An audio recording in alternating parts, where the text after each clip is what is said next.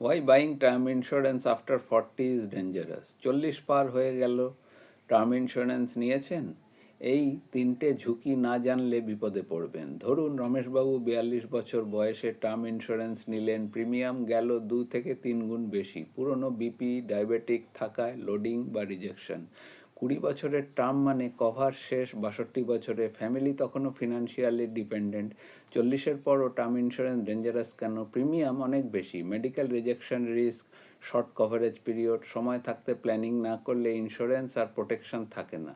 40-এর আগেই বা smart planning জানতে ডিএম করুন। Correct cover, correct age, correct strategy. আমার নাম ইন্দ্রনীল। আমাদের সাথে যোগাযোগ করতে আমাদেরকে লাইক, সাবস্ক্রাইব, শেয়ার এবং ফলো করুন আপনাদের পরিচিত এবং বন্ধু বান্ধবদের মধ্যে, এবং অবশ্যই আপনার মতামত আমাদেরকে লিখে জানান।